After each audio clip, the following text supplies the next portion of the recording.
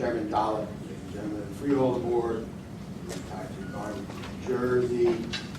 As I close the last home speaking, I was saying it's an incestuous relationship. And I just want to point out another interesting fact. Palumbo and Renaud, who I listed here, had given $39,000 in campaign donations in 4 years. He's also the Scotch Plains Township attorney. He was part of the crafting of the contract for Freeholder Marabella to come on board as the business administrator of Scotch Plains.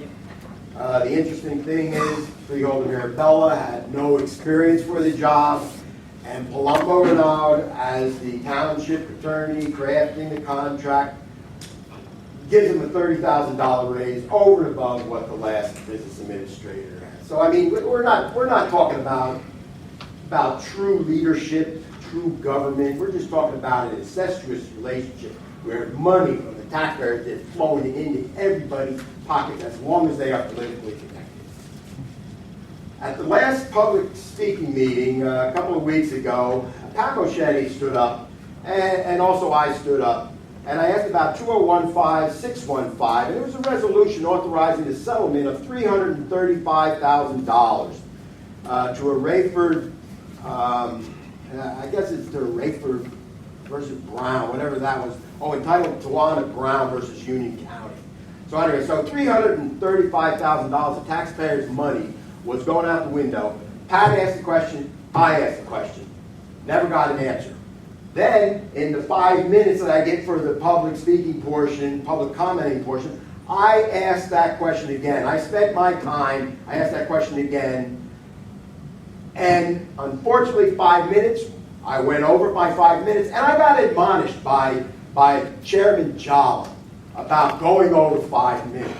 And the reason why was because I spent some of this time asking that same question again. It finally comes out after that it has to do with Sheriff Cryan getting in some accident, and the taxpayers are shelling out $335,000 for that. I don't know if it was maybe hungover. It was Saturday morning. He was driving a county vehicle. That's not appropriate. He was That's not appropriate to say that. This comes from Pig Marabella, gets $30,000. How about that? Is that appropriate? He was driving a county vehicle, and he gets in an accident on Saturday morning when it's not time for any county business, and he costs us $335,000. I've stood here before, and I've called Cryan, who's now sheriff, a disease on the county residents. That's appropriate also, by the way. The guy is a disease. I've said that time and time again. Just to reiterate, he's accused of taking bribes of $2,000 in political donations and not reporting them until he gets caught. He had 19 prosecutors follow one woman who dropped off a letter in his car, and he lied to the prosecutors, saying that he had no relationship with her, giving her even worse punishment for whatever the stalking charge was. And it comes out that he used a county-owned computer to send 150 lewd and kinky emails to her, claiming that he didn't have any relationship. So he lies. The guy lies. The guy's costing us $335,000. And you know what? And you tried to hide it. When the public asked questions about that, you tried to hide it. You know what that is? Violating the public trust, Jala. And in the book of decent and good government, that means you're a scumbag. You're going to start hiding things, and that is totally out of order. No, listen, I'll tell you, you're the guy I have issues with. That individual's out of order. He's Yeah, suddenly I'm out of order. You got a whole corrupt system up here, and I'm the one out of order.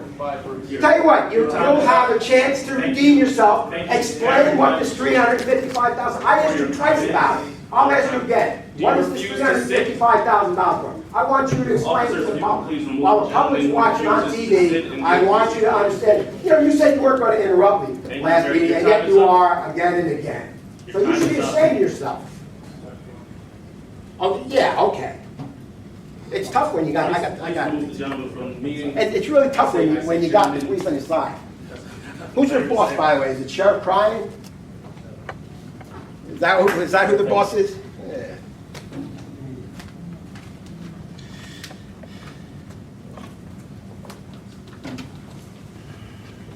Thank you very much.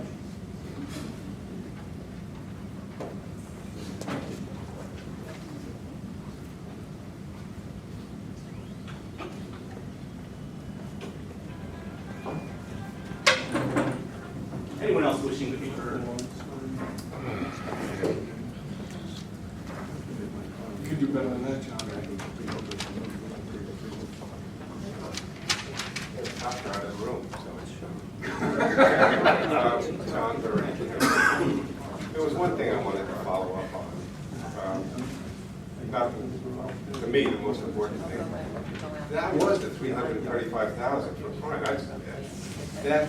I think that should have been answered at the last meeting. I didn't ask the question, but it was a resolution. It was on there. It was $335,000. I've seen the lawsuit. I've seen the response. It looked like something that was covered, would be covered by insurance.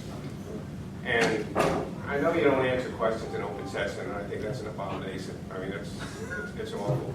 But this $335,000 looks like why?